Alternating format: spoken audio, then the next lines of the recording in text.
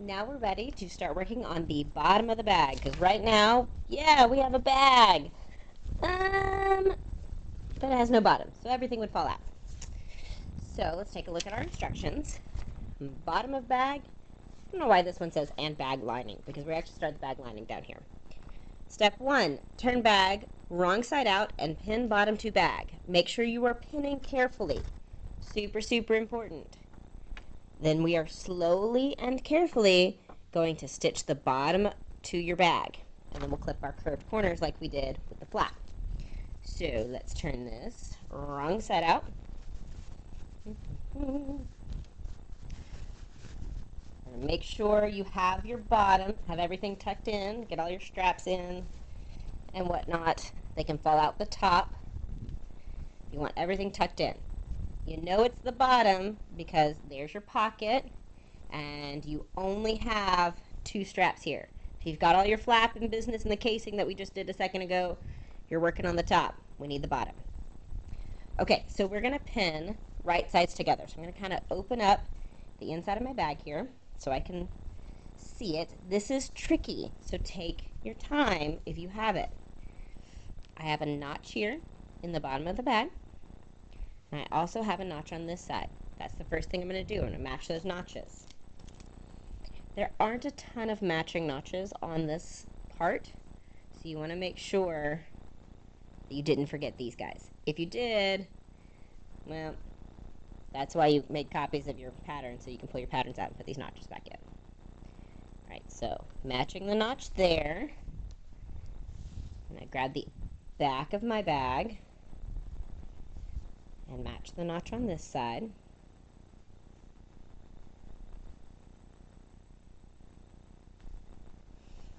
Okay.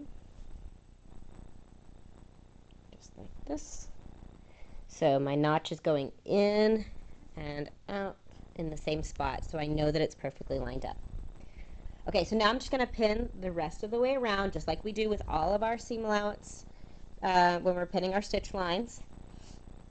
I'm going to go slowly and carefully, and I'm going to work around. Since you've seen this before, I think I'm going to speed run this part, and if you have questions, you can ask me when you get to this stage.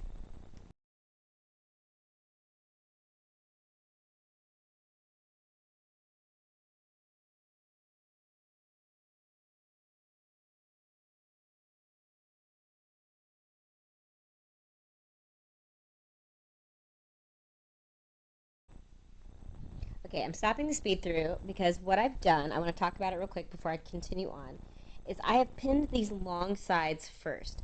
I saved the sides and going around the corners to last because I wanted these longer, straighter sides to be as perfect as I could make them and then deal with the corners. Because if I'd started at one spot and worked my way around, it might have come out fine, but I know doing it this way, it's going to come out a little nicer. So as I'm going here into the corner, it's going to feel a little wonky. What essentially ends up happening is that we have to kind of force the fabric to fit together a little bit because the curved edge of the bag is going to want to kind of tuck in like this, and that's okay. So if you're pinning it out like that, it can be kind of tricky. I think going in a little bit is going to be easier. We'll see. So I'm going to just very slowly and carefully, I think what I'm going to do, I'm going to find my middle approximately just by feeling the fabric. I also want to try not to stretch my fabric around the corners. I'm going to put a temporary pin here, right here in the middle of this side. That'll kind of hold it in place while I pin the rest of the way around. Go from the middle here, and again I'm matching my stitch lines all the way around. Curve here is going to want to be a little wonky, so you got to just make it do what you want it to do. Right, in and out, right on my line. Make sure I'm in and out on those corners. This is kind of one of those things. Sometimes pattern pieces, they do go together perfectly, but you kind of have to tell the fabric that. So we are finger easing this in is essentially what's happening. is I'm being careful not to pull the bag bottom and making sure that it is going exactly where I want it to. The seam allowance here is trying to ripple up on me. That's okay as long as my seam doesn't ripple up. And by seam I mean this stitch line. I don't want any gathering happening there. There's that. Right. Shift this around. And you may have to play with it, pin and unpin and pin and unpin until it comes out nice. If you have a little tuck there in the bottom of your bag, that's fine. This is a tricky part of this process. Take this one out. Okay.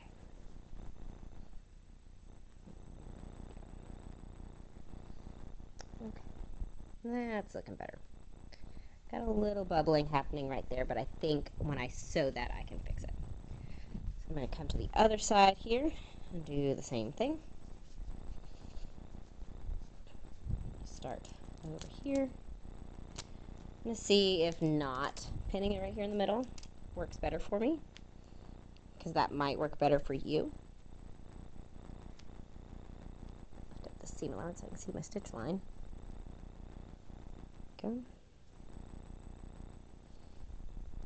Okay. Just going to work my way around, trying not to pull on these curves of the bottom, because if you pull on them, they're definitely going to stretch. We don't want them to stretch.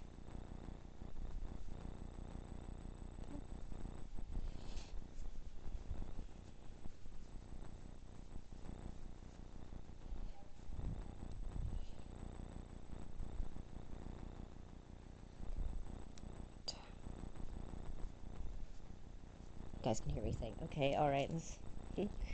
My nonverbal talking to the fabric as I work with it.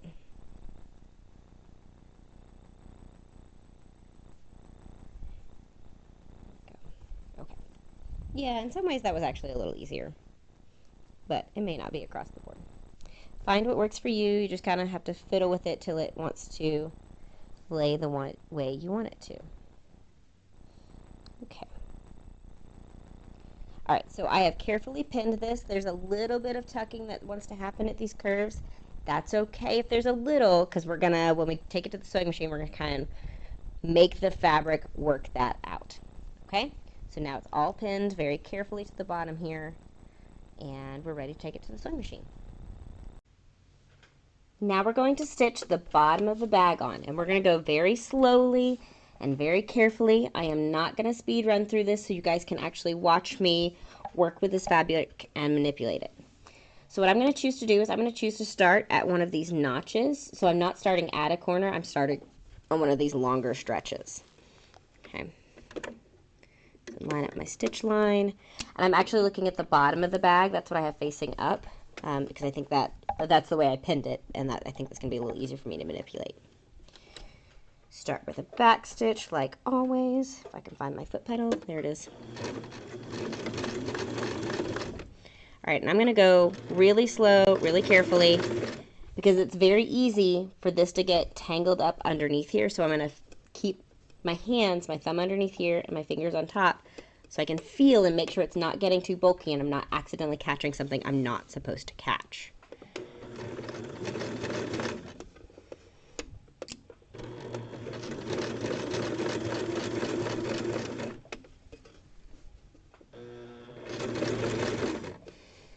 Just like with the flaps, as I come to the corner, I'm going to slow down and go a little carefuler.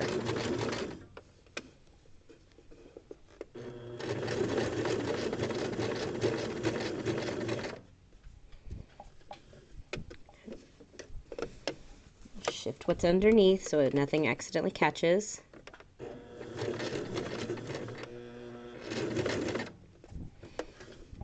This pin out of the way.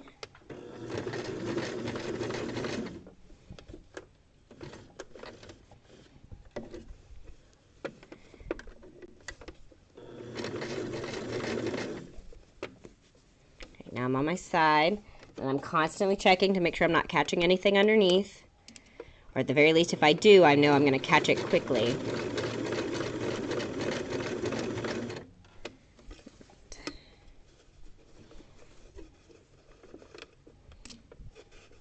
is my kind of wonkier corner. And I'm just kind of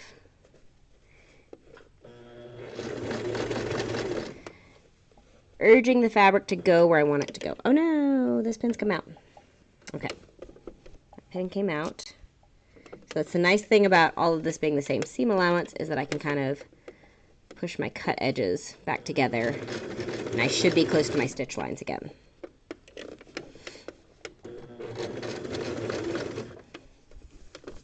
Slow and steady wins the race on this one.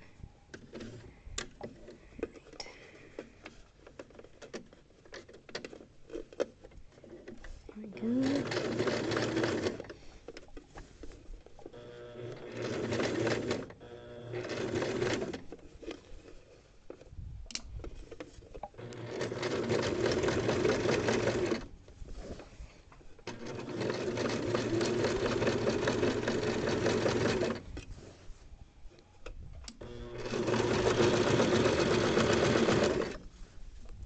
I'm on a straighter side, so I can go a little faster, but just a little. I'm not really speeding up too much.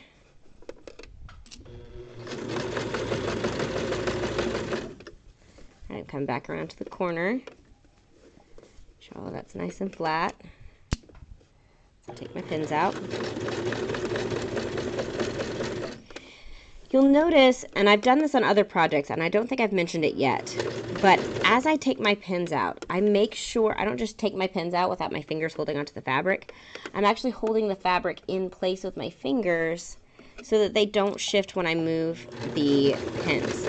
That's especially important here on these curves, because it's really easy, especially on like slippery fabrics. If you take your pin out, your fabric can then just go completely off kilter.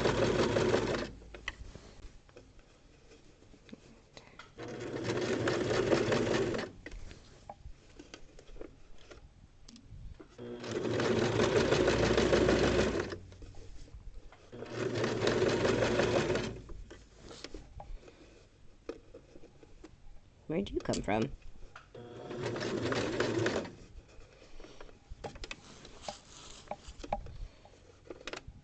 I'm in another curve now.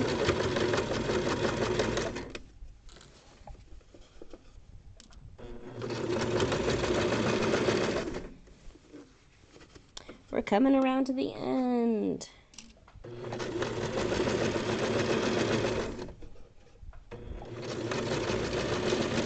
And I'm going to backstitch right on top of this place that I backstitched before. Let's clip these threads and take the last pins out, those notch pins. Let's take a look. How'd we do? All right, not bad. It's on. There's a little tiny tuck right here. I think that's going to be okay. And I managed to avoid it over here, it looks like. So before I do the next step of all the clipping and whatnot, I'm going to flip this to the right side and take a look at the bottom of my bag from the underside and see how it came out before I move forward and I trim everything away. All right, let me push all those edges out. There we go. Okay. All right, so here's the bottom of the bag. If I can get it to flip out where you guys can see it. Yeah, that turned out pretty good. I can't, you know what? From this side, I can't even see that little tuck that we saw earlier from the other side. Nice and smooth. Okay, so you can do it. You just need to go slow and steady. All right? So let's go on to the next step for the bottom of the bag, because we've got a little bit more to finish up. Okay, so to finish up the bag, we need to turn this wrong side out again and just clip our curves like we did before on the flap. All right, get to the inside here. And once we clip our curves, it'll actually lay a lot nicer and flatter on the inside. So here's one of our curves. We're going to do the same thing before, where we just cut those little V's in there. All right. This cuts down the bulk, and it will look nicer. There we go. Down. Okay. I think that curves. Oh, we're going to do one more right here. It's going to be thick right here because there's a little bit of the strap right there. There we go. All right, same thing over here.